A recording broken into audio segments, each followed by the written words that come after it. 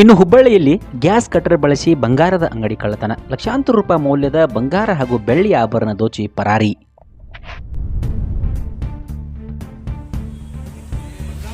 Gas cutter ಬಳಸಿ ಬಂಗಾರದ ಅಂಗಡಿ ಕೀ ಮುರಿದು ಲಕ್ಷಾಂತರ ರೂಪಾಯಿ ಮೌಲ್ಯದ ಬಂಗಾರ ಹಾಗೂ ಬೆಳ್ಳಿ ಆಭರಣಗಳನ್ನು ಕಳ್ಳತನ ಮಾಡಿದ ಘಟನೆ ಕೇಶವಾಪುರದ ರಮೇಶ್ ಭವನ್ ಬಳಿ ನಡೆದಿದೆ. ಹುಬ್ಬಳ್ಳಿಯ ಕೇಶವಾಪುರದ ರಮೇಶ್ ಭವನ ಬಳಿ ಭುವನೇಶ್ವರಿ ಜ್ಯುವೆಲರಿ ಶಾಪ್ನ ಚಾವಿಯನ್ನು ಗ್ಯಾಸ್ ಕಟರ್ನಿಂದ ತುಂಡು ಮಾಡಿದ್ದಾರೆ.